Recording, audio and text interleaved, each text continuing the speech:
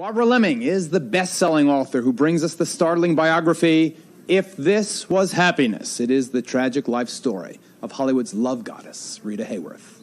Opposite of macho, look at this exquisite woman, Rita Hayworth, one of the most seductive-looking, beautiful women of her time. Barbara Leaming, is that the way you pronounce it? Yes, that's correct. Leaming has written this, If This Was Happiness. I'll get into what that means, but I want you to take a look at a poster of Rita Hayworth playing one of her most famous roles, Gilda. Take a look at this exquisite woman. I mean, this is something. And even before we talk about her background and everything else, I want to show a clip from that film because for many people, born too late to know her at her prime, I want you to see something that is incredibly hot. Watch Rita Hayworth and Gilda. They once had a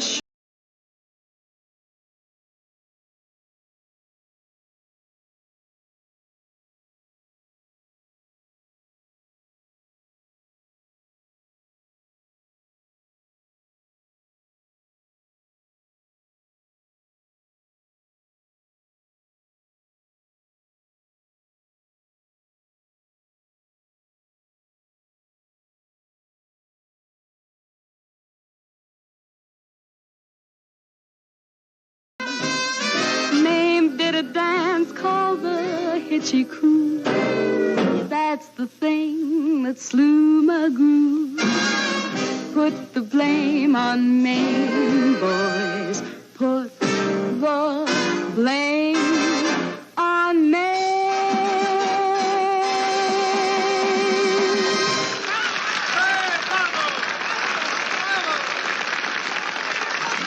Was she as... Really? Was she as sensual, as sexual in her real life as she appeared there? Well, that's a complicated question because whenever I see the image of Gilda, I always remember what Orson Welles, Rita's second husband, said to me. He said, every time I look at Gilda, I remember what a total impersonation that was. And Rita was nothing like that. Rita came closest probably in life to being a shy 8-year-old girl, except sexually. And Rita was somebody for whom sex was love. And as a result, Rita was compulsively sexual. Did that compulsion, as you state in the book, stem from the fact that her father incested her? Is that the right word? That's the whole reason that I wrote If This Was Happiness, was because I had discovered that Rita's past was completely different from the legend of Rita Hayworth. The legend of Rita Hayworth was that she led a protected childhood. Is that her father right there? That's her father. Mm-hmm. That's her father, Eduardo Cancino. And that's when Rita was dancing with him at the age of 12 in Tijuana in the gambling casinos in Mexico. And during that period, as I found out, Eduardo was beating and raping her in the afternoon and then dancing with her at night. And it's the kind of horrific childhood that no one should have to experience. And my feeling was that suddenly so much of Rita's life made sense in a way that it never had before. This was a woman whose whole life was distorted by her father's abuse of her, which went on for years. And for her to have become the sex goddess of the world, because she was the love goddess of the 1940s, was the worst thing that could have happened to her, because it confirmed what her father had told her, that the only way she could get love was through her sex appeal. Howard Hughes? Howard Hughes was one of the sadder episodes in Rita's life. She got pregnant during a very brief affair with Howard Hughes and had an abortion, which resulted in complications when she was in Europe. And actually, that was when she met Ali Khan, when she was in Paris, right after she'd gotten out of the hospital. Two other lovers, Kirk Douglas? Kirk Douglas was frightened by her. He seemed, like a lot of the men in her life, to realize that she had some tragic secret that was not just pulling her down, but he feared it was going to pull him down as well. David Niven? David Niven was kind to her, and it's one of the sweeter affairs. It wasn't very long, but Rita was drawn to him like a nurse. There was something about Rita that reached out to people in pain, and David Niven at that point was. You mentioned her marriage to Prince Ali Khan, one of the world's wealthiest men. We'll show you a little video of that, talk more about how she ended up tragically afflicted with Alzheimer's disease, and then we'll take the questions that are bursting from the audience, but you have to give us a 2-minute break.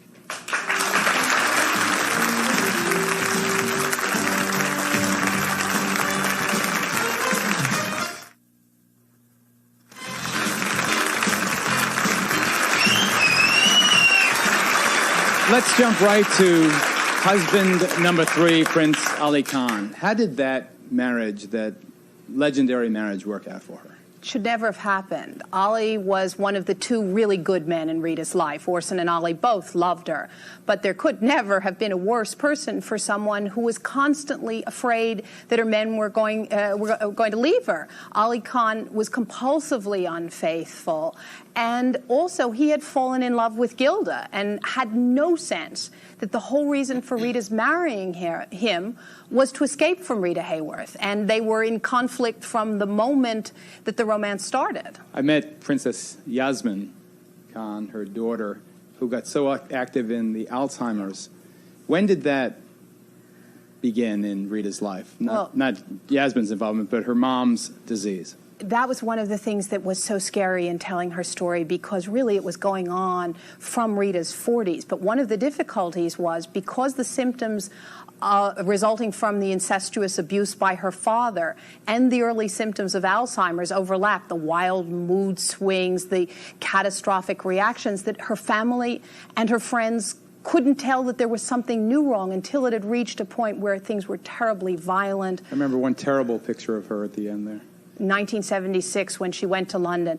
And that was the moment when everybody suddenly realized that the most beautiful woman in the world was destroyed, physically destroyed. Let's remember her as Gilda, though. Let's remember her as that wonderful, lovely person.